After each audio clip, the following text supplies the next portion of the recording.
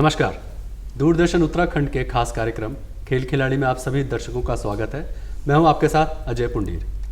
दर्शकों, आज हमारे कार्यक्रम में चर्चा का विषय है उत्तराखंड में तीरंदाजी खेल की संभावनाओं के बारे में, और इसी विषय पर चर्चा करने के लिए हमारे साथ मौजूद हैं हमारे स्टूडियो में हमारे बेहद ही खास मेहमान। मेरी बाईं तरफ ऋषिका शाह, जो कि एक राष्ट्रीय खिलाड़ी और इस समय उत्तराखंड पुलिस में कार्यरत हैं। संतोष कुमार, ये भी एक राष्ट्रीय खिलाड़ी हैं और इस समय उत्तराखंड पुलिस में कार्यरत हैं। और साथ में हैं राजेंद्र सिंह तोमर जी, जो कि उत्तराखंड तीरंदाजी संघ के अध्यक्ष हैं।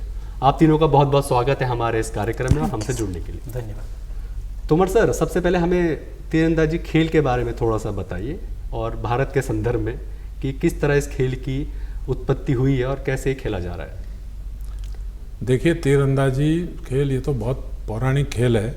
अब जब ये प्रचलन हुआ तो 1975-76 से इंडिया में इसको बड़े अच्छी तरीके से प्रोफेसर विजय कुमार मल्होत्रा जी थे जी, उनके फाउंडर मेंबर्स थे, तो उन लोगों ने इसको शुरू किया। तो धीरे धीरे आज ऐसा स्वरूप ले लिया है कि पूरे हिंदुस्तान में हमारे पास करीब 30,000 खिलाड़ी हमारे पोर्टल पे रजिस्टर्ड है और खाली उत्तराखंड में 500 से अधिक खिलाड़ी हमारे इस समय एक्टिव मेंबर हैं जी। और बहुत सारे ऐसे हैं जो ट्रेनिंग भी कर रहे हैं, रजिस्टर्ड नहीं है, जिनका हमारे पास अभी डाटा आया नहीं है। जब वो खेलने जाते हैं तो उनको एक आईडी लेनी पड़ती है, तो वो सब चीज़ें हमारे पास एग्जैक्ट फिगर तब मिलती है, पर लगभग 500 से अधिक हैं। और उत्तराखंड में लगभग हम लोग 11 जगह अभी सेंटर एक्टिव है हमारा प्रयास है कि इसको और विस्तार किया जाए। शुरू में जब हम लोग ने यहाँ शुरू किया था तो हमारे पास खिलाड़ी होते नहीं थे। कुमाऊं रेजिमेंट और गढ़वाल राइफल का निरंतर वहाँ प्रैक्टिस चलती थी, तो उन्हीं को रिक्वेस्ट करके टीमें कंपाउंडर रिकव की और धनुष वगैरह ये उनके पास होते थे, तो बोलते कि यार चले जाओ, कम से कम उत्तराखंड का हमारा रहेगा। धीरे धीरे जब हम लोगों ने इस पर काम शुरू किया और अच्छा हमें उसका रिस्पॉन्स मिला, इसके बाद तो हमें एक खिलाड़ी के चयन के लिए करीब 25 का रेशो हमें देखना पड़ता है जी। यदि हमें 4 बच्चे नेशनल में भेजने हैं तो 70-80 तो कम से कम इतने रहते ही हैं, जिसमें कंपटीशन में निखर के भी आता है और अच्छा है। कोच बहुत हो गए हमारे पास, और हरिद्वार में भी हमारे एकेडमी चल रही है, ऋषिकेश में भी चल रहा है, तो जगह जगह इसका हम अभी कर रहे हैं। और हम तो स्कूल वालों को धन्यवाद देंगे जिनके हमने आग्रह करके उनके स्कूलों में निःशुल्क के प्रशिक्षण की व्यवस्था करी है जी। कोचों की सैलरी भी वो स्कूल वाले ही देते हैं। हमारे अनुरोध पे उन्होंने काफ़ी कुछ काम किया है। हम लोग एसोसिएशन के रूप में 1 रुपया किसी से ना लेते हैं, हम सहयोग करते हैं कि हाँ क्या है, प्लेटफॉर्म हम तैयार करते हैं कि भाई बच्चे हैं, इनको प्लेटफॉर्म अच्छा मिले, कब कैसे आगे जाएंगे, ट्रेनिंग की उनकी चिंता होती है। कोई बढ़िया बच्चे कोई और जगह भी जाना चाहे, पटियाला जाना चाहे, दिल्ली जाना चाहे, सोनीपत जाना चाहे, तो उसमें भी हमारा प्रयास रहता है कि हम लोग बच्चों को एक प्लेटफॉर्म उपलब्ध कराएं। खेल तो खिलाड़ियों ने खेलना है। अभी 2 हमारे खिलाड़ी अभी हैं तो राष्ट्रीय लेवल पे हैं। संतोष तो टॉप 3 में भी आया है। ऋषि का भी शुरू किया, इसको 1.5 साल हुआ है और बहुत जुनून है इसके अंदर और ये बहुत आगे जाएगी। इसी तरह से इनका भी है जी। जैसे आपने कहा कि खेल तो खिलाड़ियों ने खेलना है और अंत में उन्हीं को जाके परफॉर्म करना होता है, तो मेरा अगला सवाल संतोष जी से कि आप एक खिलाड़ी हैं और लंबे समय से राष्ट्रीय स्तर पर और आने वाले समय में अंतर्राष्ट्रीय स्तर पर रिप्रेजेंट करने वाले हैं भारत को और अपने स्टेट को, पुलिस को, तो किस तरीके से ये खेल खेला जाता है, इनकी बारियों के बारे में हमें थोड़ा बताइए कि ग्राउंड पे जब हम होते हैं तो तीरंदाज को क्या करना होता है और मैच ऑफिशियल्स क्या करते हैं। सबसे पहले मैं बताता हूँ, तीरंदाजी जो है ये मुख्य रूप से 3 प्रतिस्पर्धाएं इसमें होती हैं जी। एक इंडियन राउंड, कंपाउंड राउंड और रिकव राउंड। इंडियन राउंड जो होता है हमारे नेशनल लेवल तक ही है, जो ये हमारे इंडिया में ही मैन्युफैक्चर होता है और ये लकड़ी का होता है, बैम्बू का, और ये एरोवीस के बैम्बू के होते हैं। उसके बाद आ जाते हैं हम रिकव और कंपाउंड में। रिकव और कंपाउंड जो बाहर से हम इसको इंपोर्ट करते हैं, कंपाउंड जो हम यूएसए से मंगाते हैं, और ये रिकव जो है वो कोरिया से आता है। ये काफ़ी कॉस्टली होते हैं। इनकी प्रतिस्पर्धाएं होती है इंडियन राउंड की 50 मीटर और 30 मीटर पे, और जो रिकव होता है इसका 70 मीटर पे इसका रेंज होता है, और जो कंपाउंड होता है इसका 50 मीटर इसका रेंज होता है जी। अब रही बात खिलाड़ी, ये गेम ऐसा है इसमें ग्राउंड में बहुत अधिक समय देना पड़ता है जी। अगर आप प्रोफेशनली अगर आर्चरी करना चाह रहे हो, अन्य गेमों की तुलना में ग्राउंड में इसमें ज़्यादा समय देना पड़ता है अगर आप प्रोफेशनली आते हो तो। हाँ, अगर बच्चा जब शुरुआत कर रहा है स्कूल के बाद शाम को या 2 घंटा या उस ऐसे शुरुआत कर सकता है, तो अगर एक आर्चर तैयार करने में कम से कम 2 साल लगते हैं। आजकल क्या होता है, माँ बाप 1 साल में 2 साल में ही बच्चे से रिजल्ट चाहते हैं। मैं देखता हूँ कोई एकेडमियों में अगर बच्चे को भेजते हैं, वो 1 साल में कोच को कहने लग जाते हैं कि हाँ हमारा बच्चा नेशनल में क्यों नहीं गया, मेडल क्यों नहीं लाया। ये गेम ऐसा है नहीं, कम से कम 2 साल तो इसे सीखने में लग जाते हैं, ऐसी मेहनत करनी पड़ती है। जी ऋषिका, पॉइंट सिस्टम कैसे होता है इसमें और किस तरह के सेट्स होते हैं या और कैसे खेला जाता है? टीम इवेंट है या आप इंडिविजुअल इसको खेलते हैं? ये टीम इवेंट भी होता है और इंडिविजुअल भी खेल सकते हैं आप इसे। और पॉइंट सिस्टम जो होता है, हमारा जो टारगेट फेस होता है कंपाउंड के लिए 80 सेंटीमीटर का डायमीटर होता है और रिकव के लिए होता है 122 सेंटीमीटर्स का। तो इसमें सर्कल जो होता है, सर्कल में रिंग्स बनी होती हैं, 1 to 10 उसमें पॉइंट्स होते हैं। तो जो हमारा हाईएस्ट पॉइंट होता है वो होता है 10 मार्क्स का। और हमारा बुलसाई जिसे कहते हैं कंपाउंड में रिकव, मतलब कंपाउंड रिकव और इंडियन आर्चरी में जो होता है वो होता है एक्स। अगर हमने बुलसाई हिट किया है तो उसे एक्स काउंट करते हैं। तो अगर किसी प्लेयर के बीच टाई हो जाता है कभी, तो हम उसके एक्स काउंट करते हैं जी। कि किसने कितने ज़्यादा एक्स काउंट मतलब मारे हैं। तो जिसके ज़्यादा एक्स होंगे वो विन कर जाएगा गेम। जी। तोमर सर, आपने जैसे बताया कि उत्तराखंड में किस तरह का इंफ्रास्ट्रक्चर आप लोगों ने डेवलप किया है या एसोसिएशन की तरफ से क्या किया जा रहा है, खिलाड़ियों के संदर्भ में किस तरीके से ये खेल खिलाड़ी अपना रहे हैं और कैसे खेल रहे हैं, इसके बारे में थोड़ा हमें बताइए। देखिए, हम लोगों ने यहाँ पे जो जगह जगह अभी शुरू कर रखा है, तो पिछली बार हमने राष्ट्रीय प्रतियोगिता ली थी, जूनियर सब मतलब जूनियर प्रतियोगिता हमने सर्वे ग्राउंड में कराई थी। और उस समय हमारा प्रयास था बच्चे भी आए। स्टेट लेवल की चैंपियनशिप तो हम कराते ही रहते हैं, जब भी नेशनल इवेंट आएगा उससे पहले हम स्टेट की कराते हैं, उसमें चयन भी होता है और हम प्रयास करते हैं कि उसको देखने वाले भी बहुत आएँ, मीडिया का भी बड़ा इसमें रोल रहता है। और हमने अभी सर्वे ग्राउंड में कराया था, 9 दिन का हमारा कार्यक्रम था, तो बहुत अच्छा, दूरदर्शन ने बहुत अच्छा कवरेज दिया जिसमें हम धन्यवाद करते हैं। इसके अलावा अन्य जो भी मीडिया थे, चाहे वो इलेक्ट्रॉनिक्स मीडिया थे, न्यूज़पेपर्स वगैरह में बहुत अच्छा कवरेज गया है। उसके बाद लोगों ने, हमने एक वेबसाइट भी बना रखी है, लोगों ने हमको अप्रोच किया है कि कहाँ पे क्या होगा, क्या नहीं होगा, कैसे होगा, तो हमको करते हैं। तो हम लोग धीरे धीरे मीडिया और इसके प्रचार प्रसार के माध्यम से हम आगे बढ़ते हैं जी। तो अब यह है कि लोगों में अब जागरूकता आ रही है। पहले तो बड़ा ज़बरदस्ती हम लोग करते थे, इकट्ठे आ जाओ भाई ये करो, अब लोगों में लगा। इसमें संभावना ये है, एक तो आपको रिजर्वेशन है, आपको नौकरी में भी रिजर्वेशन है, प्रमोशन में भी रिजर्वेशन है। यदि आपको अच्छा मार दिया, नेशनल में मारेंगे तो आपको डायरेक्ट भी उसमें अपॉइंटमेंट हो जाता है, इंटरनेशनल में मार दिया उसमें प्राइज मनी भी है। पिछले साल हमारे एक वर्ल्ड चैम्पियनशिप में वर्ल्ड कप खेलने गया था एक लड़का, तो मोहन भारद्वाज बॉडी का है, तो उसने सिल्वर मेडल जीता जी। तो उत्तराखंड गवर्नमेंट ने उसको 5 लाख का प्राइज भी दिया, जो कोच था उसको भी कैश प्राइज दिया। तो लोगों में उसके बाद एक आ रहा है जुनून कि नहीं, इसमें तो हमें खेल करके कुछ मिल रहा है जी। तो अभी ऑल इंडिया पुलिस हुई तो उत्तराखंड पुलिस ने बहुत अच्छा किया, 5 मेडल उत्तराखंड को मिले हैं जी। तो उसके बाद फिर और जो भी देखने गए, मीडिया में देखा, तो लोगों ने कहा कि नहीं, ये तो इसमें संभावनाएं बहुत है और ये टैलेंट का खेल है। ऐसा नहीं कि उठाया और अपने एरो पकड़ा और मार दिया, वो नहीं कर सकते। इसमें आईक्यू का बड़ा जरूरी है रोल।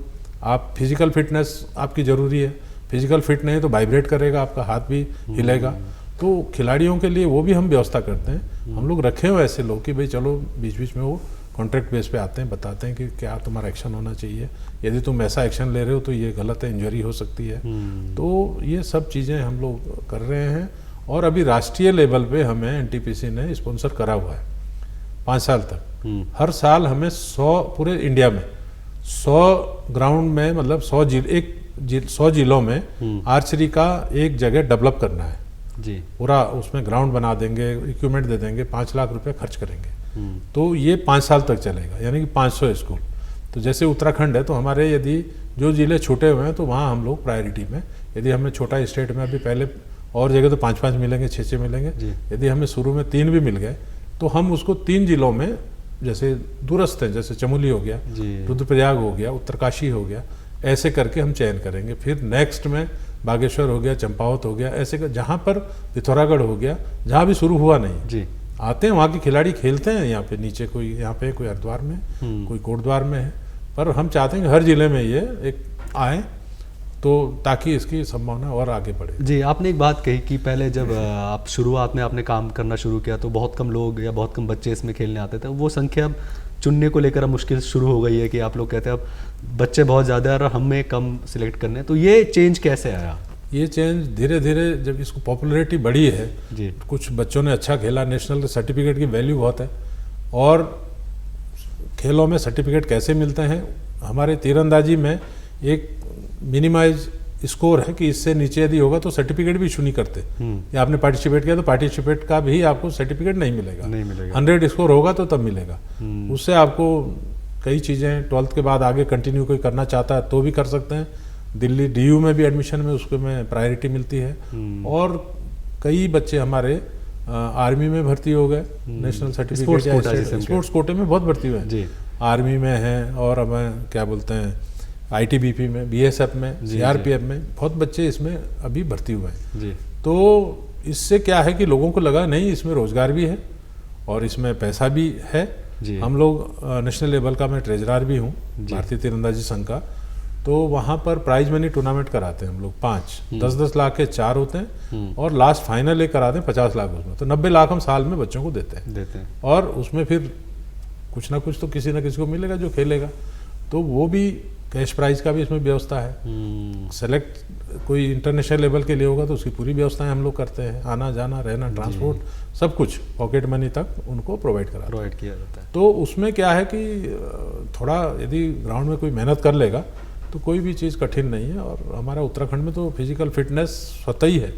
ऊबड़ खाबड़ जगह चलेंगे या गांव में जाएंगे, सीढ़ियों में चढ़ेंगे उधर, ये शहर के कल्चर से हम ज़्यादा अच्छे हैं। जी, शहर में तो आप आए सीधे बाहर गाड़ी में बैठे चल दिए, हमारे यहाँ तो सीढ़ियाँ उतरनी पड़ेगी, पहाड़ में कहीं गाड़ी भी नहीं जाती।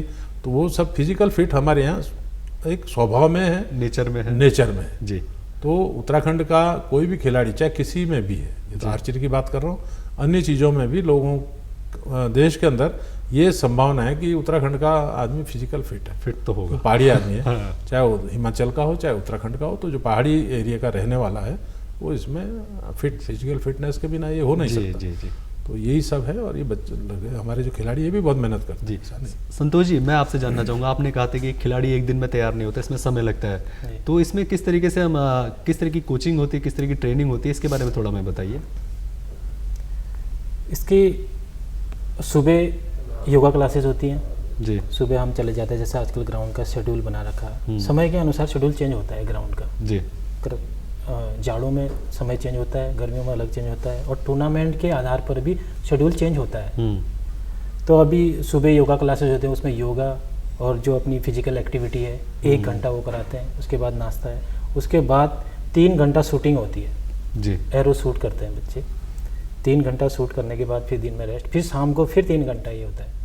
उसके बाद हफ्ते का शेड्यूल बनता है। हफ्ते में 3 दिन, 1 दिन तो हैवी वर्कआउट होता है जो हम जिम में जाके करते हैं। जी, तो धीरे धीरे वो बच्चे की कैपेसिटी के अनुसार कितनी स्ट्रेंथ है उसके अंदर, उस हिसाब से उसको वर्कआउट कराया जाता है।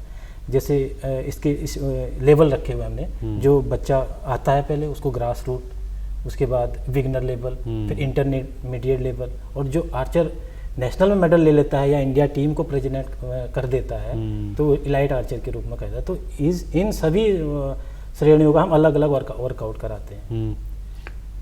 जी, तो ऋषिका, जैसे ये पॉइंट इसमें साधना होता है, निशाना एक तरीके से धनुर्विद्या है, तो आपको कोई निशाना, इसके लिए क्या कोई खास तरह की ट्रेनिंग या कोचिंग या किस तरीके से आपको क्या टैलेंट डेवलप करना पड़ता है? सर, आर्चरी के लिए पीस, शांति होना बहुत ज़रूरी है आपके अंदर, फोकस का गेम है। तो इसके लिए हमें मेडिटेशन के सेशन करवाए जाते हैं। तो मेडिटेशन का बहुत बड़ा रोल है।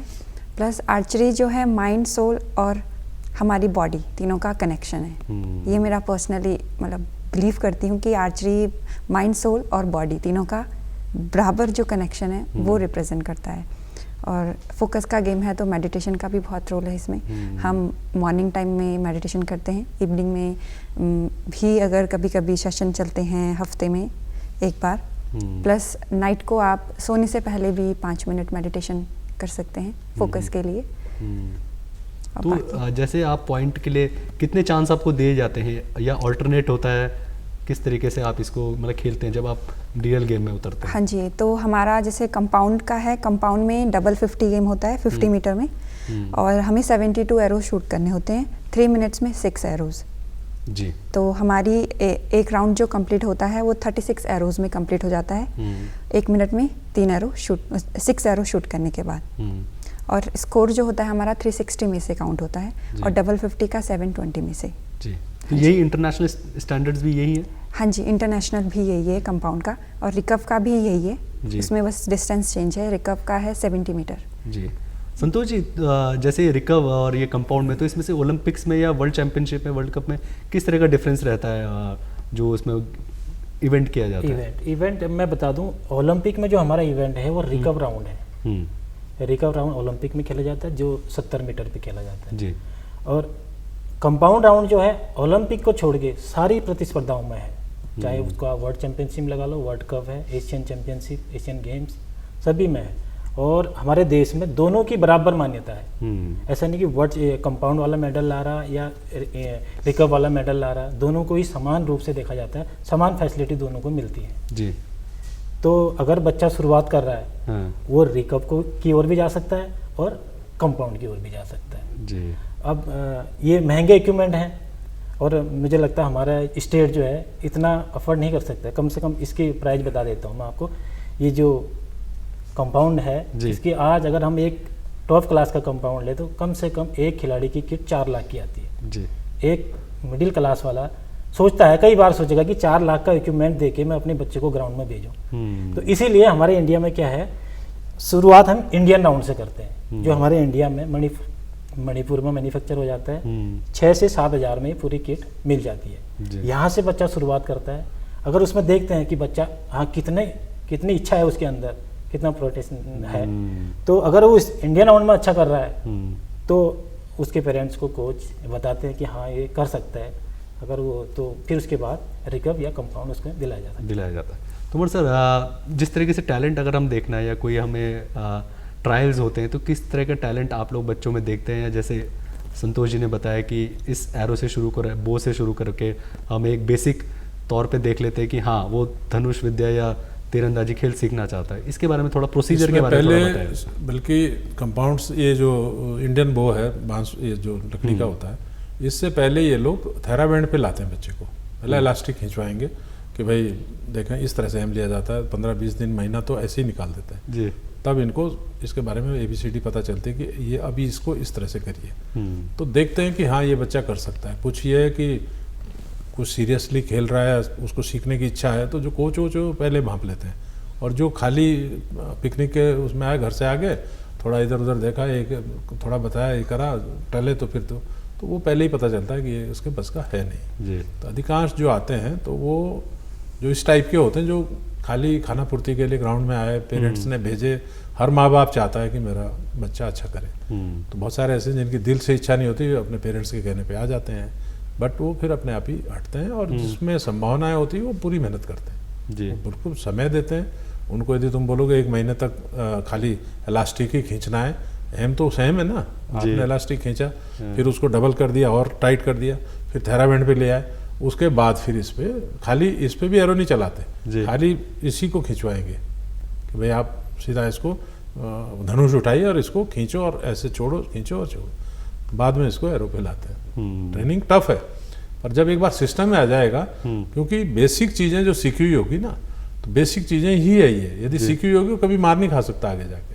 एकदम सोचेगा कोई, अच्छा ठीक है मैं उठाता हूँ और ये मैं तो इसके अलावा कुछ करूँगा नहीं, वो चीज़ें नहीं करूँगा जो पहले करनी होती है, तो वो आगे बहुत मुश्किल से कर पाता है जी। कहने का मतलब है कि आप रातों रात इसमें स्टार नहीं बन सकते, रातों रात नहीं बन सकते, अभी नहीं। उसके लिए बहुत मेहनत की ज़रूरत है, लगन की ज़रूरत है। और अब बच्चों में बहुत ज़्यादा आने लग गए, अब लोग वीडियो भी देखने लग गए इसके कि कैसे होते हैं, फिर वीडियो से भी आदमी वो देखता है कि हाँ ये है। मैंने मसूरी में 2006 में एक बार कैंप लगाया था, तो हमने 120 बच्चे वहाँ पे रखे 10 दिन। और नीचे एक मंदिर है केम्प्टी जाते हुए जो ऊपर टीले पे है, संतला देवी मंदिर, कौन सा मंदिर नहीं, कोई नाम दूसरा है, उसके बैक साइड में हमारे एक मित्र की ज़मीन थी, तो हमने वहाँ पे ABCD सिखाई। लिम्बाराम को मैंने बुलाया था उस समय, उसमें साईं को रिक्वेस्ट किया, एक मेल फीमेल 2 कोच उन्होंने भेजे। तो 10 दिन तक बच्चों को सिखाया और फिर कुछ स्कूल के बच्चे फिर हमारे नेशनल खेलने भी गए नैनीताल से, तो उधर से भी। तो फिर जब उनको लगा कि हाँ वहाँ पे भी होती है करके स्कूल में, तो हमने टीमें भेजी, कुछ गुरुकुल के बच्चे थे, तो ऐसा हमने शुरू किया। अब ये हो गया कि जो आर्मी वालों को हम भेजते थे, आर्मी वालों को टीम में आने के लिए नाको चने चबाने पड़ते, इक्का दुक्का कहीं हो गया तो हो गया, नहीं तो नहीं आ पाते जी। हमारे बच्चे इतने एडवांस हो गए करके। तो ये मेहनत का फल भी है और निस्वार्थ भाव से हम लोग सेवा भाव से इस काम को करते हैं जी। हम अपने हिसाब से बच्चे को यदि जाना है, यदि उसको अपर लोअर किट के बिना आप खेल नहीं सकते, वो हम अपने पॉकेट से खर्च करते हैं।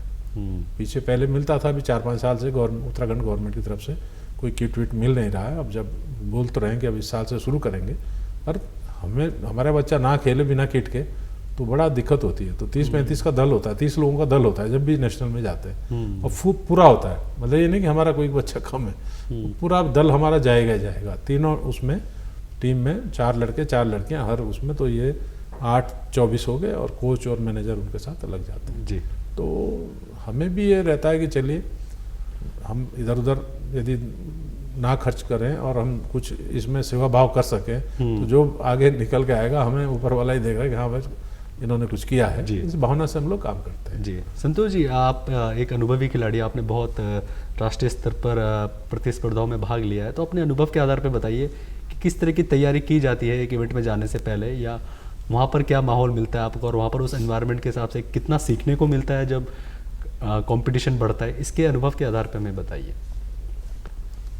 अनुभव मैं बताता हूँ, मेरी जर्नी जो हुई आर्चरी में जी 2013 से जुड़ा मैं इसमें। 2013 में फर्स्ट बार मैं ऑल इंडिया पुलिस खेलने गया। हाँ। प्रैक्टिस तब तो बहुत कम, हमें कोई कोच था नहीं, तो उसके क्या हुआ 720 का स्कोर होता है हमारा, जैसे अभी ऋषिका ने बताया था कि दो हमारे 36 के 2 होते हैं। 720 में से टॉप 32 चुने जाते हैं, जिसको हाईएस्ट स्कोर जिसका होता है। 2013 में 720 में से मेरा 150 स्कोर था जी। 150 स्कोर बहुत खराब मेरे ख्याल से। खराब। हाँ। सर ने बताया था ना कि रातों रात स्टार नहीं बन सकते, नहीं बनते। वही बात मैं बता रहा हूँ। 150 स्कोर था। आज मैं बता रहा हूँ, आज 2022 में मैं 720 में से 705 मेरा स्कोर रहा। 2013 से लेकर 22 का सफ़र, और कंटिन्यू रहा। इतनी मेहनत करनी पड़ती है, 12 साल की मेहनत है। आप ये रही बात इंटरनेशनल उसमें कंपटीशन में, इवेंट्स में ना, कि घबरा जाता है खिलाड़ी, तो इसलिए हमें पहले ही तैयारी करनी पड़ती है। पहले हम ग्राउंड में तैयार, उसी हिसाब के माहौल बनाना पड़ता है जी। कि इंटरनेशनल हमारा किस हिसाब से कितना स्कोरिंग होगी, क्या वहाँ पर माहौल रहेगा, क्या सिटी के साथ टाइमिंग के अनुसार, थोड़ा क्राउड भी रहता है, भीड़ कई बार हम भीड़ भी इकट्ठा करनी पड़ती है, बच्चे को चिल्लाना भी पड़ता है पीछे से। इस हिसाब से तैयारी करनी पड़ती है। और इक्विपमेंट को हमें पूरा सही रखना पड़ता है, क्योंकि अब तो टेक्निक का गेम है। तो इक्विपमेंट और फिजिकल के साथ साथ मेंटली साथ साथ इक्विपमेंट भी बहुत सही रखना पड़ता है। जी, आपने इक्विपमेंट की बात करी, तो किस तरीके से बो एंड एरो का रोल है इसमें, और एरो का क्या साइज, और किस तरीके से ये आप इस चीज़ को दुरुस्त रखते हैं कि आगे वो सही रहे? जी, ये प्लेयर की ड्रॉ लेंथ और हाइट के हिसाब से हर किसी का इक्विपमेंट अलग अलग होता है जी। उसकी लेंथ के हिसाब से इक्विपमेंट आएगा, और तीर का साइज भी उतना ही होगा जितना उसकी ड्रॉ लेंथ होगी। जी, ये नहीं कि हम एक खिलाड़ी को दूसरे का पकड़ा दें, नहीं हो सकता ऐसा। या तो उनकी सेम ड्रॉ है तब कर सकते हैं। आपने बताया कि टेक्निक आप एक बो एंड एरो साइज या के हिसाब से आपकी हाइट के अकॉर्डिंगली होता है। आगे किस तरीके से आप इसको देख रहे हैं गेम को, ओलंपिक्स में जैसे अभी शामिल होने की बात चल रही है, रिकर्व इवेंट शायद है उसमें, लेकिन कंपाउंड नहीं है, तो इसमें कुछ कंपाउंड आने के बाद हमारे मेडल्स बढ़ सकते हैं? जी जरूर, बिल्कुल। कंपाउंड में हमारे इंडिया के सभी स्पर्धाओं में मेडल है। वर्ल्ड कप में है, वर्ल्ड चैंपियनशिप, एशियन, अभी हाल ही में साउथ एशिया कप में हमारी सारे मेडल हमारे इंडिया के थे उसमें जी। तो अगर कंपाउंड ओलंपिक में आता है, बात चल रही है 2024 में शायद डेमो है, 28 में आने की संभावना है, तो हमें एक आर्चरी से ओलंपिक का मेडल जरूर मिलेगा। और हमारे जो नंबर 1 तीरंदाज हैं, दीपिका कुमारी हो गए, डोला बनर्जी हो गया, तनु दास हो गए, ये आप सब लोगों के लिए और सारे खिलाड़ियों के लिए रोल मॉडल है। इवन जो आर्चरी खेलते भी नहीं है उनके लिए भी रोल मॉडल है कि किसी रैंकिंग में नंबर 1 होना एक बहुत बड़ी बात होती है। आखिर में सवाल सर आपसे, किस तरह के infrastructure, fit India, university games जैसे आयोजन हेल्प कर रहे हैं आर्चरी को ओलंपिक में या और उससे ऊपर तक ले जाने में? नहीं, देखिए अभी राष्ट्रीय स्तर पे जैसे खेलो इंडिया एक गेम होता है। जैसे अभी हमारा जबलपुर में हुआ तो खेलो इंडिया में भी लोग जाते हैं, कंपटीशन अच्छा मिलता है। पर उत्तराखंड में जहाँ बात कर रहा हूँ मैं, उत्तराखंड में यदि हमें एक थोड़ा सा ग्राउंड दे देंगे ना, तो फिर हम अंतर्राष्ट्रीय स्तर के कोचों को भी जो हमारे यहाँ सेवाएं दे रहे हैं 2-2, 3-3 दिन के लिए, उस गेम में ला सकते हैं। और CBSE बोर्ड में जो हमारे बच्चे जा रहे हैं वो मैक्सिमम मेडल उत्तराखंड के आ रहे हैं। नए खिलाड़ियों के लिए कोई सुझाव जो आर्चर बनना चाहते हैं? बस आए, हमारे सेंटर खुले हैं, निःशुल्क प्रशिक्षण की व्यवस्था है जी। अच्छा है, और हमसे जो मदद की ज़रूरत होती है, जो बच्चा अफोर्ड नहीं कर सकता उसको निःशुल्क उसको रजिस्टर्ड करके लो भाई ये ले जाओ, और इसको जब टूटेगा फूटेगा तो हमें दे देना जी। तो इस प्रकार का लोग भी अब सहयोग करने के लिए आगे आ रहे हैं जी। और कई जगह हमने और जगह भी बात करी है। क्रीड़ा भारती एक चल रहा है पूरे देश में, तो उनके महामंत्री संगठन से मेरी बात हुई थी कि भाई क्रीड़ा भारती को भी में भी आर्चरी सम्मिलित करें। शायद कह रहे थे कि हम करेंगे। उन्होंने एक और चीज़ बताई कि अयोध्या में श्री राम ट्रस्ट जो बना है वहाँ पे एक ऐसी यूनिवर्सिटी बना रहे हैं कि शायद वर्ल्ड की नंबर 1 यूनिवर्सिटी हो। तो ये सब चीज़ों में हम काम कर रहे हैं, चुप हम भी नहीं बैठते, हमारा भी एक जुनून है। जी जी बिल्कुल। ये है, और इसी तरह के जुनून की शायद जरूरत भी है हर खेल के लिए, उसके डेवलपमेंट एसोसिएशन का काम ही ये है, ताकि वर्ल्ड स्तर पर, विश्व स्तर पर हमारा नाम हो सके। और आप तीनों का हमारा ध्येय है कि निस्वार्थ भावना से इसको कैसे आगे बढ़ाया जाए। और बाकी तो हमने पहले भी कहा कि मैदान जंग में तो यही सब करेंगे। जी बिल्कुल। और खिलाड़ी ही अंत में जो परफॉर्म करता है उसी से मेडल आते हैं, और वही उस सफलता की कहानी बयां करता है कि कैसे वो खेल आगे बढ़ रहा है। हाँ, आप तीनों का बहुत बहुत धन्यवाद आपका हमारे इस कार्यक्रम में आने के लिए, और हमसे इतनी सारी जानकारियां शेयर करने के लिए, और हमारे दर्शकों के लिए एक तरह का मोटिवेशन मिलता है इस तरह के प्रोग्राम से कि हम भी कुछ कर सकते हैं किसी खिलाड़ी को देखकर। आप लोगों का बहुत बहुत धन्यवाद आप तीनों का हमारे इस कार्यक्रम में आने के लिए। इसी के साथ आज का कार्यक्रम यही समाप्त होता है। अगले अंक में आपसे फिर मिलेंगे किसी नए विषय के साथ। तब तक के लिए नमस्कार।